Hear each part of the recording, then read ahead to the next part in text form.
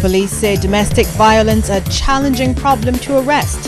The Education Ministry tackling the issue of bullying in schools. And in sports, Alexandra take the last schools cricket title for 2013. Credible, balanced, committed. This is the CBC Evening News. Hello, good evening. I'm Lisa Broom. This is the CBC Evening News. 60,000 fewer long-stay visitors came to Barbados this year compared to the same period last year. This was one of the revelations from President of the Barbados Hotel and Tourism Association, Patricia Afonso Das, at the BHTA's fourth quarterly meeting at the Hilton Barbados. She says declines have been recorded from all of Barbados' source markets, and this has been having an impact on both hoteliers and government. Our long-stay arrivals for November 1st to 28th, 2013 showed a decline of 1,000 visitors, or minus 2.5% over 2012. Cumulatively for the year to date, we have seen a decline of 5.8%, or a decrease of 27,778 visitors. However, it is not all doom and gloom, as the BHTA president says early reports from hotels from winter bookings are very positive. She, however, cautioned that this still needs to be put in perspective. It is noted that a number of hotels have reported bookings in excess of 80% for Christmas and New Year, and in some cases beyond. This is certainly encouraging, and I would hope that the pattern is reflective of the majority of properties. It is critically important to note, however, that the timing of the destination's marketing initiatives is critical to shoring up the end of the winter period and securing a solid base of bookings for the summer. As domestic violence continues to be a major talking point in Barbados, police say it is a difficult and complex problem to address. This view was expressed during a discussion on the topic organized by the Christchurch South Constituency Council. Sergeant Cobbler says the notion that police do not take domestic violence seriously is just a myth. And for lawmen, one of the greatest challenges to dealing with the problem is the influence created by the cycle of abuse. He explains that the first phase is the tension which causes the problem in the relationship. The second is the violent act itself. But the third phase, reconciliation, is the biggest obstacle. Of course, the perpetrator may start to become the most caring and loving person in the world. And it's at that occasion that sometimes the victims don't return to the police stations, or if they do come back, they're no longer interested in proceeding with any matters involving the perpetrators. The officer says victims need to be educated about domestic violence and the options available to them. But he thinks what's more important is to look at what makes a person stay in a violent situation. That person may have already experienced violence in the home setting, or they may be a threat of further violence to the victim. There may be manipulation by showing kindness and affection when the person is already the perpetrator. But then after that manipulation goes away, it's all about trying to take control of the person's self-esteem, making the person feel vulnerable and weak. There also may be a situation where the person may be an illegal immigrant, and the perpetrator may use threats like, I'm going to have you deported. Moravian priest Reverend Winston Jones was another one of the panelists. He thinks the church can do more to teach about interpersonal relations so people can develop the skills they need to work through problems peacefully, starting at the secondary and tertiary institutions. I don't think that it should be done where you will have like 1 month set apart, that during this month we will just deal with domestic issues. I don't want to think of, I prefer we not use the word domestic violence, but rather focus on prevention, mediation, interpersonal skills, interpersonal relating. So throughout the year, every year, this could be done. He suggested that the church can also pay attention to affluent neighborhoods, distributing pamphlets with tips on interpersonal relations. fresh predictions that there will be a renewable energy boom in Barbados next year. It comes from the top official at one of the island's leading renewable energy companies, who expects more Barbadians and businesses will tap into the sector to power their homes and offices.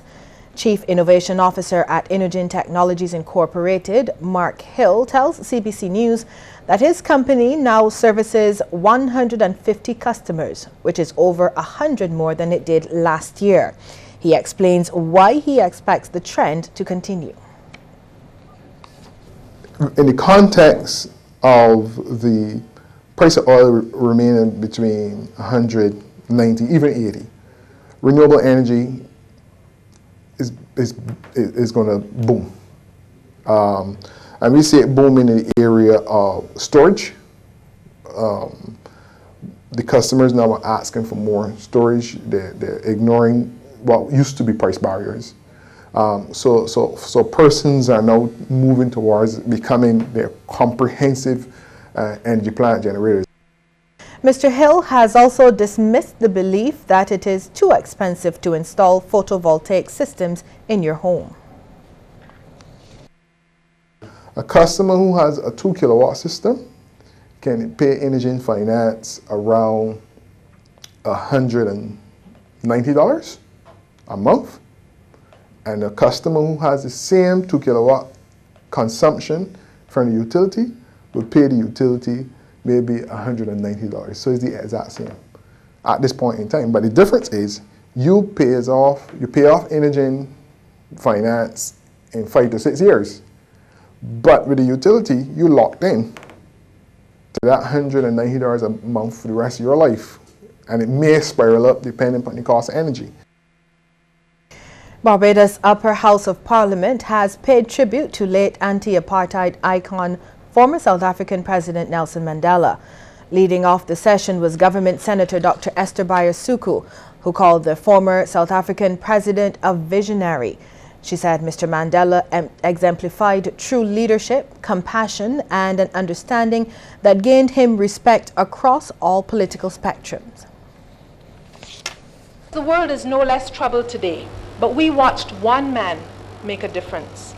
One man with a vision of equal opportunity. And that is where it begins, with a vision. A leader must have a vision. And a leader must have compassion and passion. In essence, a leader must have a burden. Nelson Mandela had that burden, and not just for himself. He was, of course, subjected to the scorn of a race.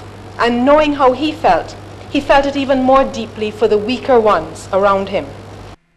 Opposition Senator Dr. Jerome Walcott stressed that Mr. Mandela believed in the process of education, especially for the poor and underprivileged black people. Dr. Walcott said Mr. Mandela knew what education could do as a tool for upward mobility. I would want the chairman to be aware and not forget the important role that the small countries, Barbados, in this region have played in terms of the liberation struggles in South Africa. We now see all representatives of major countries running and supporting it. But we are talking about in the deep, dark days when they really needed support. We provided it, and I think Barbados should be, commended for that, for being bold enough to take that position, and certainly allowing the Cuban planes to stop here in the middle of the night at 1 o'clock to refuel en route to Southern Africa. The Queen Elizabeth Hospital has found an ally as it tries to solve two of its most pressing problems. That partner is the Arnott Cato Foundation, led for the last year by physician Sir Errol Mickey Walren. Sir Errol says the organization will devote some of its very scarce resources to trying to find solutions to the long times patients wait in the accident and emergency department. I'm sure that we can find some way of influencing, if not the waiting time itself, but if could we influence how people are dealt with during the time that they're waiting a long period of time. Because quite often, they sit there, nothing is said to them after the initial encounter, and then when, it's your turn now, several hours may be in between. Sir Errol says the foundation also wants to find solutions to elderly abandonment, noting that the current way of looking at the problem, that is, blaming families, is too simplistic. He says that option went out in the 1950s when women went out into the workplace. A mother and daughter who were charged with assaulting Parkinson School Principal Jeff Brooms have been granted $5,000 bail. 54-year-old Helen Gill of Fords Road, Clapham, and her 21-year-old daughter Denisa Foster are also charged with trespassing. According to reports, the incident occurred after a teacher at the school reprimanded a 14-year-old student yesterday. The student's sister, Denisa, allegedly went to the school to handle the matter, but was told her mother had to be present for it to be dealt with. Well, police say when the mother arrived, she and Denisa waited until around 4:30 and allegedly accosted Mr. Brooms when he was trying to leave the school. Denisa is charged separately with criminal damage for allegedly damaging Mr. Brooms' vehicle. The two women will reappear in court in April next year. Deviance continues to be a growing problem within the island's schools, and a local educator wants it to be a high priority for education officials going forward. Acting principal of the Coleridge and Parry School, Alva Hood, says although deviant students are a minority within the school setting, this must be addressed as a matter of urgency. He's proposing the establishment of a mobile unit with personnel from state-owned correctional and counseling agencies to tackle the problem. According to him, the unit must be flexible enough to visit schools to observe students in their environment so it can determine firsthand the factors which trigger bad behavior. Mr. Hood made the comment at Coleridge and Parry's speech day and prize-giving ceremony at the St. Peter's School. This type of data, when analyzed, would provide some pattern that informs decisions or decision-making and strategies for effective reforms within a structured environment, whether in the same school or elsewhere. A program now, following this, rich in skills, tools, and rewards, can now be designed for a period of about 5 weeks. Such students, depending on their progress, can be reintegrated to the mainstream with suitable follow-up and feedback programs. The Ministry of Education is conducting a series of surveys on bullying within the school system in Barbados. This from Education Minister Ronald Jones, who notes that government is hoping that the research will allow them to take the appropriate action. He says in some instances, they've had to relocate students traumatized by bullies. We've taken a zero tolerance to bullying. It is extremely harmful. We have had occasion to read, to see sometimes the extent and the harm which comes to children. And then those children, they withdraw, some of them who've had occasion to be bullied. We've had to move children from school to school in order to find that oasis for that child to learn.